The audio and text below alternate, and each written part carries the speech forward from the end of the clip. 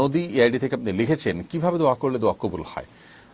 দেখুন, দোয়া আল্লাহ তাআলার সবচেয়ে প্রিয় আমল, বান্দার এই আমলটা আল্লাহ সবচেয়ে বেশি পছন্দ করেন, বিধায় দোয়া আমাদের করা উচিত। দোয়া কবুলের প্রক্রিয়া তিনটি হয়ে থাকে হাদিসের আলোকে। একটা হলো আমি যা চাইলাম কাঙ্ক্ষিত তা পেয়ে গেলাম, আরেকটা হলো যা চাইলাম তা পেলাম না, কিন্তু বিপরীতে এমন কিছু পেলাম যেটা আসলে এই দোয়ার চাইতেও, যেটা কাঙ্ক্ষিত আমি চেয়েছি দোয়ার মাধ্যমে, এর চাইতেও গুরুত্বপূর্ণ কিছু, সেটা যদি আমি পেয়ে যাই তাহলে সেটা হবে এর চাইতেও গুরুত্বপূর্ণ।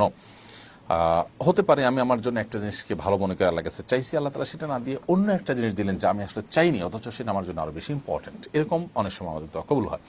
আবার কোনো কোনো ক্ষেত্রে আমার কাঙ্ক্ষিত বিষয়টা দুনিয়ার তার কোনো বিনিময় না দিয়ে আল্লাহ তাআলা আখিরাতে তার বিনিময় দিবেন। এটাও দোয়া কবুলের একটা প্রক্রিয়া এবং পদ্ধতি।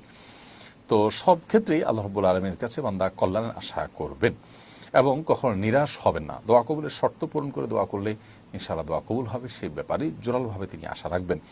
হালাল ভক্ষণ থাকা, হালাল উপার্জন থাকা, সেই সাথে অবৈধ বা অন্যায় কোনো কাজের জন্য দোয়া না করা, দোয়া করে দোয়া কবুলের জন্য তাড়াহুড়া না করা, এই বিষয়গুলো দোয়া কবুলের জন্য মৌলিকভাবে শর্ত।